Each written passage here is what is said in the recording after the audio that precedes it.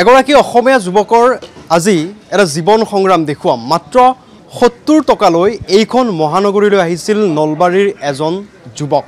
এটা দশক পূৰ্বে অৰ্থাৎ আজিৰে পৰা প্ৰায় ১০-১২ বছৰ পূৰ্বে হাতত মাত্ৰ ৭০ টকালৈ গুৱাহাটী মহানগৰীলৈ আহিছিল কৰ্মৰ সন্ধান কৰি। তেওঁ সপোন দেখিছিল ডাঙৰ মানুহ হোৱা, প্ৰতিষ্ঠিত হোৱা। কিন্তু সেইগৰাকী ব্যক্তি, তেওঁৰ নাম হৈছে লৱ হালৈ। এটা খুব ইতিবাচক খবৰ, জীৱন সংগ্ৰামৰ এটা কাহিনী আজি দেখুৱাম। সেইগৰাকী লৱ হালৈ, যিগৰাকী লৱ হালৈয়ে মাত্ৰ ৭০ টকা হাতত লৈ মহানগৰীলৈ আহিছিল আৰু আজি তেওঁ দুখনকৈ হোটেলৰ স্বত্বাধিকাৰী। লৱ হালৈৰ জীৱনৰ কিছু আমি সংগ্ৰাম দেখুৱাম। প্ৰথমতে এটা মই দৃশ্যাংশ দেখুৱাবলৈ লৈছোঁ হালৈ হোটেল। এই হালৈ হোটেলখন যে আপোনালোকে দেখিছে, মহানগৰীৰ বিভিন্ন হোটেল আছে। এই হালৈ হোটেলখন অকণমান ব্যতিক্ৰম। এইকাৰণেই ব্যতিক্ৰম যে ইয়াৰ যিগৰাকী স্বত্বাধিকাৰী, সেই স্বত্বাধিকাৰী এটা সময়ত আৰ্থিক দৈন্যতা আছিল, হাতত মাত্ৰ ৭০ টকা আছিল। সেই ৭০ টকাৰে আৰম্ভ কৰিছিল এখন ব্যৱসায়িক প্ৰতিষ্ঠান। সেই ৭০ টকাৰে আৰম্ভ কৰা ব্যৱসায়িক প্ৰতিষ্ঠানখন দুখন হ'ল। লৱ হালৈ আজি কিছু পৰিমাণে হ'লেও প্ৰতিষ্ঠিত হৈছে আৰু আটাইতকৈ ডাঙৰ কথা যে লৱ হালৈৰ নেতৃত্বত প্ৰায় ৩০-৪০ জন অসমীয়া যুৱকে কৰ্মসংস্থাপন পাইছে। সচৰাচৰ আজিকালি আমি এটা কথা খুব লক্ষ্য কৰোঁ যে নিবনুৱা যুৱক যুৱতীসকলে এটা চাকৰিৰ বাবে অহৰহ দৌৰি ফুৰে। কিন্তু সেইগৰাকী নলবাৰী বেলশৰৰ লৱ হালৈয়ে সেই সময়তে অৰ্থাৎ আজিৰ পৰা ১০-১২ বছৰ পূৰ্বে কোনো ধৰণৰ চাকৰি বিচাৰি হাবাথুৰি নাখায়, কেৱল নিজক প্ৰতিষ্ঠা কৰিবৰ বাবে এখন যুঁজ দিছিল আৰু সেই সংগ্ৰামখন আজি বাস্তৱত ৰূপায়িত হৈ আছে। প্ৰথমতে এটা দৃশ্যাংশ দেখুৱাই লৈছোঁ।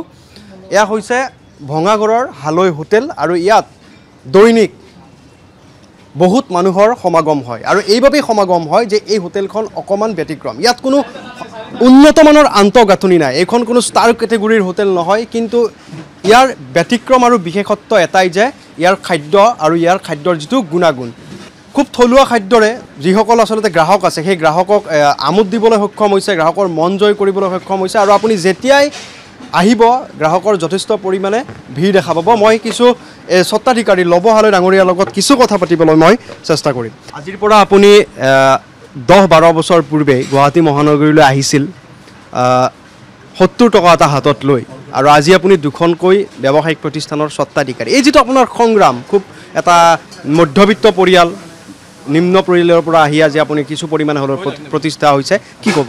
আহিলোঁ বহুত ১২ বছৰ মানে হ'ল প্ৰতিষ্ঠান দিব। ভাবিছিলোঁ যে কিবা এটা কৰিম আৰু মই ভাবিছোঁ যে কিবা এটা কৰিম গুৱাহাটীতে। ৭০ টকা গাঁৱৰ পৰা ৭০ টকা লৈ আহিছিলোঁ, সেই দিয়ে চলি আছোঁ।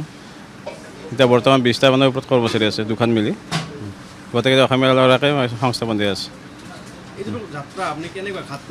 ঘাটে বহুত কৰি আছোঁ, বহুত সংগ্ৰাম কৰি আছোঁ, দিন ৰাতি একদম কষ্ট কৰিছোঁ। এটা সময়তে মোক গুৰুত্বই দিয়া নাছিল গোটেই, জানে আৰু দুখীয়া ঘৰৰ ল'ৰা কি আছে আৰু ঘৰৰ ফালৰ পৰা একো নাই, একদম দুখীয়া ঘৰ। এনেই লাহে লাহে একদম এইটো পৰ্যায় আহি গৈছে। আৰু বাকী খানাটো থলুৱা খাদ্য, যিখিনি পাৰোঁ মই সেইখিনি আৰু চেষ্টা কৰোঁ যে ভাল কৰাৰ কাৰণে, যে কাষ্টমাৰে যে খাই ভাল পায়, সেইটোৱে। পইচাৰ কথা নাইতো, খাই ভাল পোৱাটোৱে মোৰ ডাঙৰ কথা।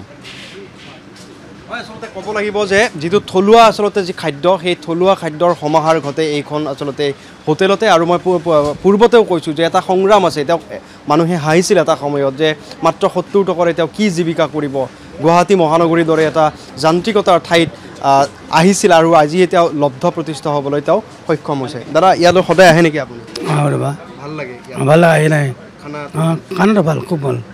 নাই সদায় আহোঁ, মোৰ পাৰ্টনাৰে হয় এইটো, সদায় আহোঁ মই, সদায় আহোঁ একদম ৰেগুলাৰ। কেইবাগৰাকীও আচলতে নিয়মীয়া গ্ৰাহক আছে আৰু সেই গ্ৰাহকসকলে আচলতে সদায় এইখন হোটেললৈ পদাৰ্পণ কৰে, কিয়নো খাদ্য খুব ভাল। আৰু আমি লৱ হালৈৰ কিছু কথা কৈছোঁৱে যে মাত্ৰ ৭০ টকাৰে যে জীৱন আৰম্ভ কৰিছিল আৰু সেই ৭০ টকাৰে আৰম্ভ কৰা জীৱনে আজি প্ৰায় পূৰ্ণতা লাভ কৰিছে। অসমীয়া যুৱক যুৱতীক সংস্থাপন দিবলৈ সক্ষম হৈছে, যিটো এটা আজিৰ তাৰিখত চাকৰি বিচাৰি হাবাথুৰি খোৱাৰ বিপৰীতে আজিৰ তাৰিখত এটা ইতিবাচক খবৰ বুলি ক'ব লাগিব। ভিডিঅ' জাৰ্নেলিষ্ট ৰিংকুৰ সৈতে মই হীৰকজ্যোতি কলিতা, সাজদা ৰিয়েলিটি, গুৱাহাটী।